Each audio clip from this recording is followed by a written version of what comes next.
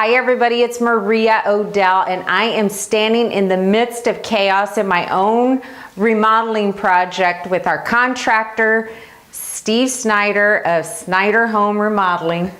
And we are talking about this whole chaotic process and want to bring you some real live information that you can use if you're about to embark on a remodeling project yourself. So, Steve, something I know that most people want to know is what should they even look for in a contractor? Well, first of all, obviously licensed and insured. And then, Why is that important? Well, because then you know that they're going to be doing things up to code. If they're insured and they burn your house down, it's not on you, it's on them. That would be good to know, yeah.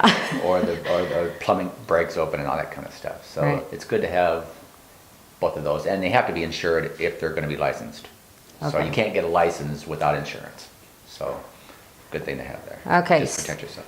So planning for a big job like this, you definitely want a contractor that's licensed and insured. Any other things you should be looking for? Well, in the bid, it should be an all-inclusive bid. There are some contractors that will give you a low-ball price and then start adding on and on and on. So I know my bids is what the final bid's going to be unless the customer makes change orders. And some customers are really good about making change orders, right? And so the price can be usually added to. So I guess if you see an all-inclusive bid, even add another 10% or so, just because there's going to be changes because it's an evolving process as you see it being done.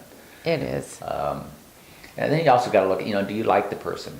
Because you're going to be working with this person for, 4 to 10 weeks. And can you communicate well with them? Do they understand what your vision is? Are they flexible enough to go with the flow and make changes as are required?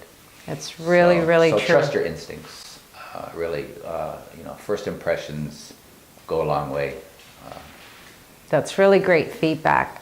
To trust your instincts when selecting a contractor, because you are going to be living with that person for a few weeks, so you better get along with them. I've got a room downstairs. So yes, as fun as this project has been, we are glad that it's starting to come to a close. So what would you say in the process is some of the things that most people often overlook when they're planning a big project? Well, if the contractor is good, he should foresee pretty much everything at the beginning and account for all that in the bids. So there really shouldn't be a whole bunch of stuff that's overlooked. A lot of times, interior models also involve exterior work. Especially if you're putting in new doors or new windows or changing windows, and so that's something that a lot of people overlook is the expense of what's going to happen on the outside. But again, if the contractor is doing his job, he'll include that in the bid also. What else?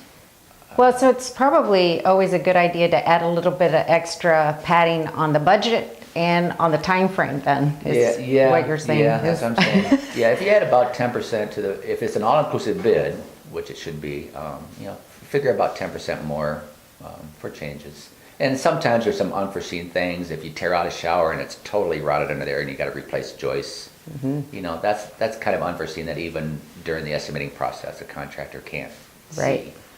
But based on what the tile might look like, you can maybe, again, foresee that there may be issues there and include that already. So there you have it. We've heard from Steve Snyder himself, expert in the field, and he, along with so many of our great contractors, are listed in our app. So if you don't have that downloaded, download it now so you can contact Steve directly. And as this project unveils, we're going to invite you to come along and watch it be revealed, and we'll be here very excited when that happens. So thanks a lot for joining us, and let us know your thoughts. And if you have any questions about remodeling or designers or how to get any project started around your home, please don't hesitate to call us directly. We'd love to be involved.